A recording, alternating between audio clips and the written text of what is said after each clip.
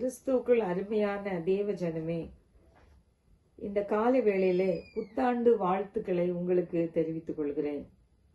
கர்த்தர் உங்கள் ஒவ்வொருவரோடு கூட இருந்து இந்த 2025 வருஷத்தை கர்த்தர் உங்களுக்கு அபரிதமாக ஆசீர்வதிப்பாராக. இந்த நாளிலும் உங்களோடு கூட சில வசனங்களை பகிர்ந்து கொள்ளலாம் என்று கிறிஸ்துவுக்குள் ஆசைப்பட்டு இந்த வேளையிலே உங்கள் முன்பாக நான் கடந்து வந்திருக்கிறேன். கர்த்தர் உங்கள் ஒவ்வொருவரையும் ஆசீர்வதிப்பாராக. ஜெபிக்கலாமா? எங்களை நேசிக்கிற பரலோக பிதாவே, இந்த ஆசீர்வதிக்கப்பட்ட அருமையான நல்ல காலை வேளைக்காக நன்றி அப்பா. எங்கள் ஒவ்வொருவரையும் ஆண்டோட கருத்துல ஒப்பு கொடுக்கிறோம். இந்த நாளிலும் பேசப்படுகிற வார்த்தை எனக்கும் கேட்கிற ஒவ்வொரு ஜனங்களுக்கும் அது விடுதலையாக, ஆசீர்வாதமாக, நன்மையாக காணப்பட பரிசுத்த ஆவியானுடைய கரங்களில் ஒப்பு கொடுக்கிறோம். நீங்க பொறுப்பெடுத்துக் கொள்ளுங்க, நீங்க நடத்துங்க. இயேசுவின் நாமத்தில் ஜெபிக்கிறோம் ஜீவனுள்ள நல்ல பிதாவே, ஆமென். என்னை கேட்கிற தேவஜனமே, கிறிஸ்து நம்மோடு கூட இருப்பதினாலே நம்முடைய வாழ்க்கையில எப்பொழுதும் ஒரு சந்தோஷம், ஒரு மகிழ்ச்சி உண்டு இல்லையா?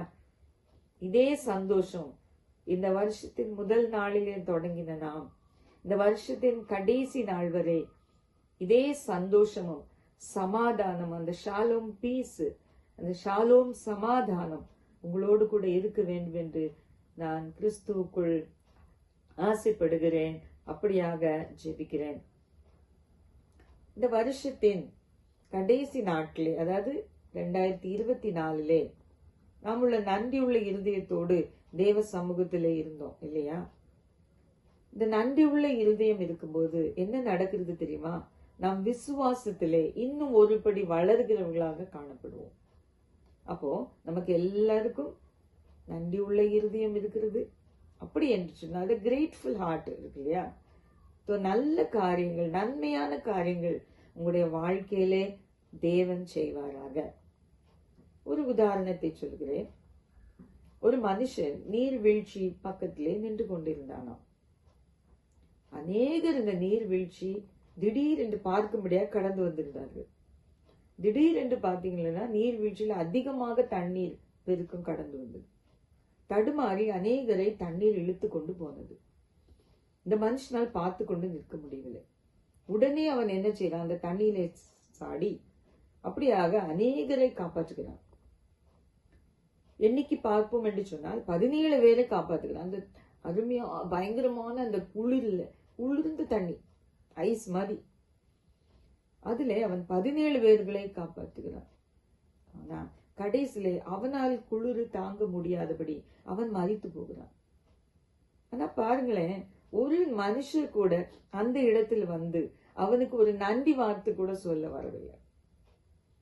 அப்படியாப்பட்ட ஒரு உலகத்தில் தான் நாம் வாழுகிறோம் அருமையான தேவ பிள்ளைகளே. ஒருவரு கூட அந்த நன்றி உள்ள இருதயம், உபகாரம் செய்தவர்களுக்கு நன்றி சொல்லக்கூடிய அந்த இருதயம் குறைந்து கொண்டு போகிறது, காணாமல் போகிறது. ஆனால் நாம் அப்படி இருக்கக்கூடாது. நாம் நன்றி அறிதல் உள்ளவர்களாக இருக்க வேண்டும். நாம் இந்த வருஷம், இந்த புதிய வருஷத்திலே நாம் தேவனோடு கூட இசைந்து, அதாவது தேவனோடு கூட, if you are not aligned with God, அப்போ நம்ம தேவனோடு கூட இசைந்து அவரோடு கூட நடக்கவில்லை என்று சொன்னால் நம்ம அநேக நன்மையானதை இழந்து போவோம். தேவனுடைய பிள்ளைகளே, ஒரு வார்த்தையை நாங்கள் உங்கள் முன்பாக வைக்க விரும்புகிறேன். அபக்கூக் தீர்க்க தரிசன புஸ்தகம் 2ஆம் அதிகாரம் 2வது வசனம் இப்படியாய் சொல்லப்படுகிறது. அப்பொழுது கர்த்தர் எனக்கு பிரதி உத்தரமாக, நீ தரிசனத்தை எழுதி அதை கடந்தோடுகிறவன் வாசிக்கும்படியாய் பலகையிலே தீர்க்கமாய் வரை.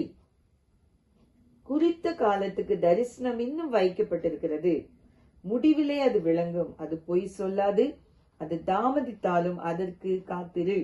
அது நிச்சயமாக வரும். அது தாமதிப்பதில்லை. ஆம் தேவனுடைய பிள்ளைகளே, உங்கள் ஒவ்வொருவருக்காக, எனக்காக தேவன் ஒரு குறித்த தரிசன காலத்தை வைத்திருக்கிறார். அது நிச்சயமாக நிறைவேறும். இந்த புதிய வருஷத்திலே ஆண்டவர் நிச்சயமாகவே உங்களுக்கு ஒரு தரிசனத்தை கொடுப்பார். அல்லது கொடுத்திருக்கலாம், அல்லது கொடுப்பார். அதை நீங்கள் என்ன செய்ய வேண்டுமா? எழுதி கொள்ளுங்கள். கர்த்தர் உங்களோடு கூட பேசுகிறார். வசனங்களுக்கு காது உள்ளவன் கேட்க கடவன். நம்முடைய வாழ்க்கையில இந்த 2025 ஆண்டவர் ஏற்கனவே என்ன செய்தாராம்? பிளான் பண்ணி வைத்து விட்டார். நாம் என்ன செய்ய வேண்டும்? அதோடு கூட இசைந்து போக வேண்டும். நாம் இசைந்து கர்த்தரோடு கூட இசைந்து போவோம் என்று சொன்னால் பரிசுத்த ஆவியானவர் நமக்கு துணையாளராய் இருந்து இந்த வருஷம் 2025 அற்புதமாய் அதிசயமாய் நடத்துவார். நாம் எப்படி அந்த விசுவாசத்திலே இந்த புதிய வருஷத்திலே வளர வேண்டும் என்று சொன்னால் நாம் திட நம்பிக்கை உள்ளவர்களாக இருக்க வேண்டும், விசுவாசம் உள்ளவர்களாக இருக்க வேண்டும், திட நம்பிக்கை உள்ளவர்களாக இருந்து அவருடைய வாக்கு தத்தத்தை பிடித்து கொண்டு முன்னேற வேண்டும். அருமையான தேவனுடைய பிள்ளைகளே, ஒரு வசனம் இருக்கிறது, ஏசாயா 43 அதிகாரம் 18-19. இதை நாம் மனப்பாடம் செய்து கொண்டால் அருமையாக இருக்கும்.